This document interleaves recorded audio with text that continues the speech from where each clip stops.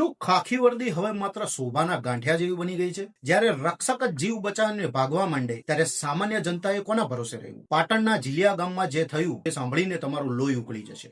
ચાલો આજે એ સિસ્ટમનું પોસ્ટમોર્ટમ કરીએ. પણ સવાલ એ નથી કે પોલીસ કેમ ભાગી. સવાલ એ છે કે આ ગુંડાઓ આટલા બેફામ બન્યા કેવી રીતે? શું તમને લાગે છે કે રાતોરાત કોઈ ગુંડો પોલીસ પર હુમલો કરવાની હિંમત કરી શકે? ના, એની પાછળ છે એ ભ્રષ્ટાચાર જે ઊંધાઈની જેમ પોલીસ ડિપાર્ટમેન્ટને અંદરથી કોતરી રહ્યો છે.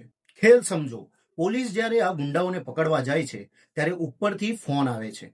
મોટા નેતાઓ અને સફેદ કોલરવાળા લોકોની ઓળખાણ આપીને આ ગુનેગારો જેલના દરવાજેથી જ પાછા છૂટી જાય છે. જ્યારે પોલીસનો એક જવાન જોવે છે કે પોતે પકડેલો ગુનેગાર એની સામે જ હસીને બહાર નીકળી રહ્યો છે ત્યારે એનું મનોબળ તૂટી જાય છે. જીલિયાની ઘટનામાં પોલીસનું ભાગવું એ માત્ર ડર નથી, પણ એ સિસ્ટમની નિષ્ફળતા છે, જ્યાં હપ્તા સંસ્કૃતિએ હિંમતની જગ્યા લઈ લીધી છે. જો ખાખી જ વેચાતી હોય તો પછી ગુંડાઓને કાયદાનો ડર શેનો લાગે?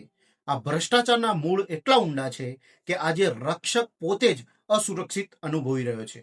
હવે સવાલ એ છે કે આનો ઉકેલ શું? શું માત્ર 4 પોલીસવાળાને સસ્પેન્ડ કરી દેવાથી આ ગુંડાગર્દી અટકી જશે?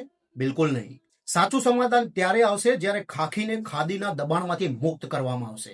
પોલીસ ડિપાર્ટમેન્ટમાં નેતાઓની દખલઅંદાજી બંધ થવી જોઈએ. જ્યારે એક પ્રામાણિક અધિકારી ગુંડાને પકડે ત્યારે ઉપરથી આવતા એ ભલામણના ફોન બંધ થવા જોઈએ. આપણે એવી સિસ્ટમની જરૂર છે જ્યાં પોલીસનો ખોફ ગુંડાઓમાં હોય, સામાન્ય જનતામાં નહીં. ટ્રેનિંગ માત્ર શારીરિક નહીં પણ માનસિક મજબૂતીની હોવી જોઈએ. અને સૌથી મોટું સોલ્યુશન આપણા હાથમાં છે. આપણે એવા નેતાઓને ચૂંટવાનું બંધ કરવું પડશે જે ગુનેગારોને આશરો આપે છે. જો મૂળમાં જ કીડો લાગ્યો હોય તો માત્ર પાંદડા છાંટવાથી ઝાડ લીલું નહીં થાય, મૂળ સુધારવા પડશે. મિત્રો, આજે જે જિલ્લામાં થયું છે એ કાલે તમારા ગામમાં કે શહેરમાં પણ થઈ શકે છે. જો પોલીસ જ સુરક્ષિત નથી તો આ દેશની સામાન્ય જનતા કેટલી સુરક્ષિત છે? આ વિડીયો માત્ર લાઈક કરવા માટે નથી, આ અવાજ ઉઠાવવા માટે છે. શું તમે ઈચ્છો છો કે આપણી પોલીસ કોઈના દબાણમાં આવ્યા વગર કામ કરે?